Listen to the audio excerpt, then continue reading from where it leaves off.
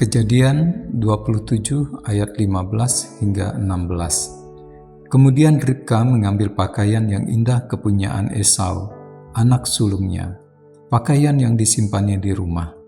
Lalu disuruhnyalah dikenakan oleh Yakub, anak bungsunya. Dan kulit anak kambing itu dipalutkannya pada kedua tangan Yakub dan pada lehernya yang licin itu. Pernahkah Anda merasa khawatir karena takut kehilangan kesempatan, sehingga melakukan cara yang gegabah? Anda pikir cara itu baik dan bijaksana, bahkan berpikir cara itu sejalan dengan kehendak Tuhan. Namun, ternyata Anda salah. Mungkin hal itu seperti gambaran tentang sepak terjang Ribka. Ketika didengarkan Ribka tentang perkataan Ishak kepada Esau, anaknya yang sulung, Ribka seakan berpikir cepat untuk mengambil kesempatan selagi Esau pergi berburu ke padang. Disampaikannya semua yang didengarkannya kepada Yakub, anaknya yang bungsu, adik Esau, bahwa Ishak akan memberkati Esau setelah memakan daging binatang buruan yang diolah Esau. Rencana pun disusun dengan cepat, dan Ishak yang telah suntuk umur dan rabun penglihatannya tidak menyadari persekongkolan yang terjadi di belakangnya. Dari kisah singkat tersebut, apakah pelajaran yang bisa didapatkan?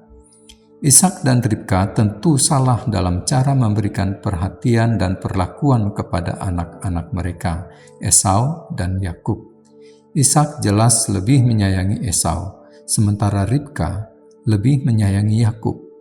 Masing-masing tentu punya alasannya.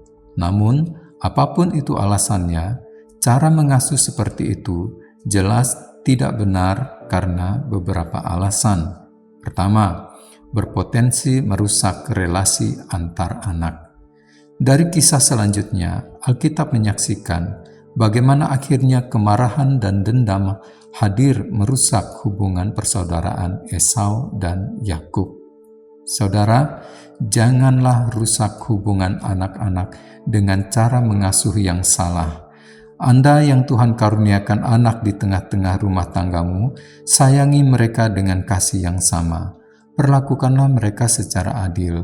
Itulah pendidikan kehidupan yang paling berharga bagi hidup mereka dan bagi masa depan mereka.